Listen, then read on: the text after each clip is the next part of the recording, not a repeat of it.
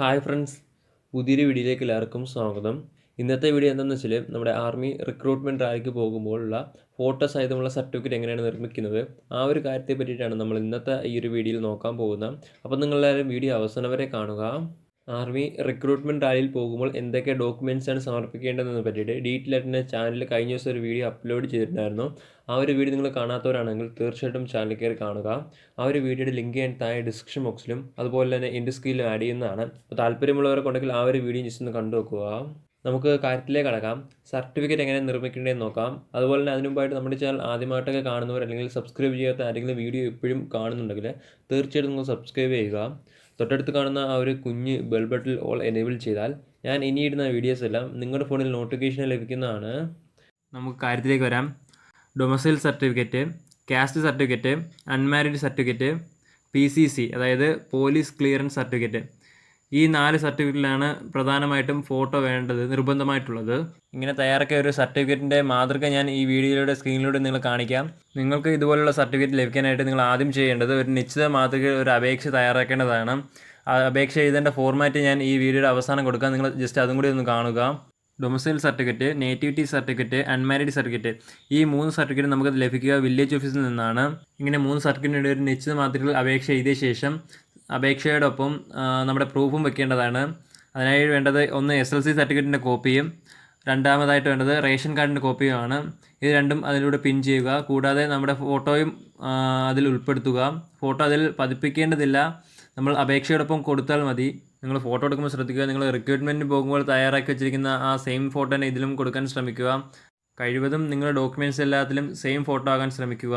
ഇങ്ങനെ അപേക്ഷയും പ്രൂഫും എല്ലാം തയ്യാറാക്കിയ ശേഷം ആദ്യം വില്ലേജ് ഓഫീസിൽ പോയി വില്ലേജ് ഓഫീസർ നേരിൽ കാണുക. അതിനുശേഷം വില്ലേജ് ഓഫീസർ ഇത് വെരിഫിക്കേഷൻ ചെയ്ത ശേഷം ഒരു റിപ്പോർട്ട് എഴുതി നമുക്ക് തരുന്നതാണ്. ഇങ്ങനെ തരുന്ന റിപ്പോർട്ടും നമ്മൾ സമർപ്പിച്ച അപേക്ഷയെ നമുക്ക് തിരിച്ചു തരുന്നതാണ്.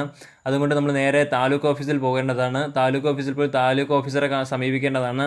താലൂക്ക് ഓഫീസർ ഈ റിപ്പോർട്ട് പരിശോധിച്ച ശേഷം എല്ലാം കറക്റ്റ് ആണെങ്കിൽ നമുക്ക് 2-3 ദിവസത്തിനുള്ളിൽ തന്നെ സർട്ടിഫിക്കറ്റ് ലഭിക്കുന്നതാണ്. ഇങ്ങനെയാണ് നമ്മൾ ഫോട്ടോ ഉള്ള സർട്ടിഫിക്കറ്റ് കിട്ടാൻ വേണ്ടി ചെയ്യേണ്ടത്.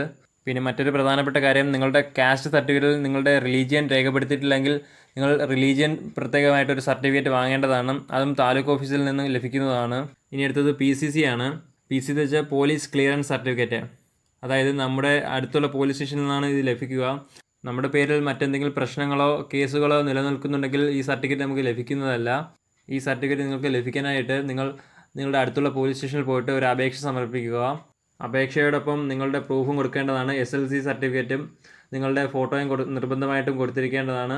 ഫോട്ടോ കൊടുത്തിട്ടില്ല എങ്കിൽ നിങ്ങളുടെ ഫോട്ടോ ആ സർട്ടിഫിക്കറ്റിൽ അവർ പതിപ്പിക്കുന്നതല്ല. ഇങ്ങനെ അപേക്ഷിച്ച് ഒരാഴ്ചയ്ക്കുള്ളിൽ നിങ്ങളുടെ സർട്ടിഫിക്കറ്റ് നിങ്ങൾക്ക് നേരിട്ട് പോയി അവിടെ നിന്ന് വാങ്ങാവുന്നതാണ്. ഇനി നമ്മൾ വില്ലേജ് ഓഫീസിൽ സമർപ്പിക്കേണ്ട അപേക്ഷയുടെ ഫോർമാറ്റ് എങ്ങനെ നോക്കാം. സ്ക്രീനിൽ കാണിച്ചിരിക്കുന്ന പോലെ നിങ്ങളൊരു വെള്ള പേപ്പറിൽ ഈ അപേക്ഷ എഴുതേണ്ടതാണ്. എഴുതിയ ശേഷം നെയിം എന്ന സ്ഥാനത്ത് നിങ്ങളുടെ നെയിമും അഡ്രസ്സിൻ്റെ സ്ഥാനത്ത് നിങ്ങളുടെ അഡ്രസ്സും എഴുതുക. നിങ്ങൾക്ക് 3 സർട്ടിഫിക്കറ്റ് ലഭിക്കുന്നതിനായിട്ട് 3 അപേക്ഷയാണ് നിങ്ങൾ എഴുതി തയ്യാറാക്കേണ്ടത്. അതിനായി നിങ്ങൾ ശ്രദ്ധിക്കുക, സ്ക്രീനിൽ ആരോ കാണിച്ചിരിക്കുന്ന ആ സ്ഥലത്ത് നിങ്ങൾക്ക് ഏത് സർട്ടിഫിക്കറ്റാണോ വേണ്ടത് ആ സർട്ടിഫിക്കറ്റിൻ്റെ നെയിം എഴുതുക. ഓരോ അപേക്ഷയിലും ഓരോ നെയിം എഴുതുക. ഇങ്ങനെ അപേക്ഷ എഴുതി തയ്യാറാക്കിയ ശേഷം നിങ്ങളുടെ പ്രൂഫും അതിനകത്ത് പിൻ ചെയ്യുക. ഒരു കാരണവശാലും നിങ്ങളുടെ ഫോട്ടോ അതിനകത്ത് ഒട്ടിക്കാൻ പാടില്ല. നിങ്ങളുടെ ഫോട്ടോ നേരിൽ കൊടുത്ത വില്ലേജ് ഓഫീസർ കയ്യിൽ കൊടുത്താൽ മതി. ഇങ്ങനെയാണ് ഈ ഒരു അപേക്ഷ എഴുതി തയ്യാറാക്കേണ്ട രീതി എന്ന് പറയുന്നത്. അപ്പോൾ നിങ്ങൾക്ക് ഈ ഒരു സർട്ടിഫിക്കറ്റ് നിർമ്മിക്കേണ്ട രീതി എങ്ങനെയാണെന്ന് മനസ്സിലായി ഞാൻ വിശ്വസിക്കുന്നു. എന്തെങ്കിലും സംശയങ്ങളോ കാര്യങ്ങളോ ഉണ്ടെങ്കിൽ തീർച്ചയായിട്ടും നിങ്ങൾ താഴെ കമൻറ്റ് ചെയ്യുക, റിപ്ലൈ തരുന്നതാണ്. പ്രധാനമായിട്ടും ഈ ഒരു കാര്യങ്ങൾ ഷെയർ ചെയ്യാനാണ് ഇന്നത്തെ ഈ ഒരു വീഡിയോയിലൂടെ വന്നത്. അപ്പോൾ നിങ്ങൾക്ക് വീഡിയോ യൂസ്ഫുൾ ആയി കാണുമെന്ന് ഞാൻ കരുതുന്നു.